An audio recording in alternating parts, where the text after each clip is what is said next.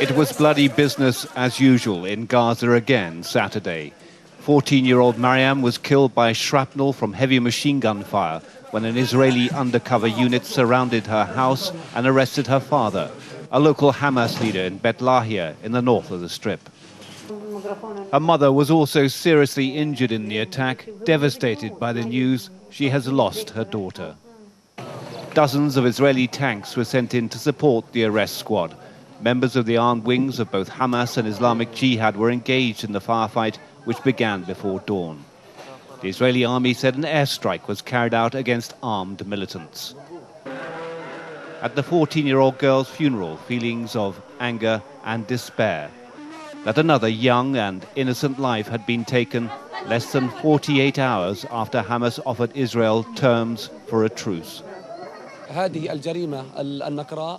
This crime reveals the reality of the Israeli response to peace talks. The Zionist mentality knows only atrocities and terrorism. The mood of pessimism is not just confined to the Gaza Strip.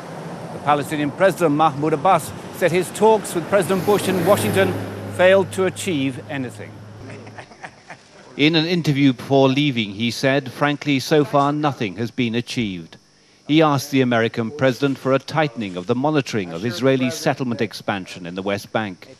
The Palestinian president described it as the biggest blight that stands as a big rock in the path of negotiations. Back in Beit Lahiya, they were counting the cost of the latest Israeli raid. Crops crushed and uprooted by the tanks, crops families desperately need to feed their children now that all food distribution has been halted by the United Nations because of the lack of fuel. David Chater, Al Jazeera, Gaza City.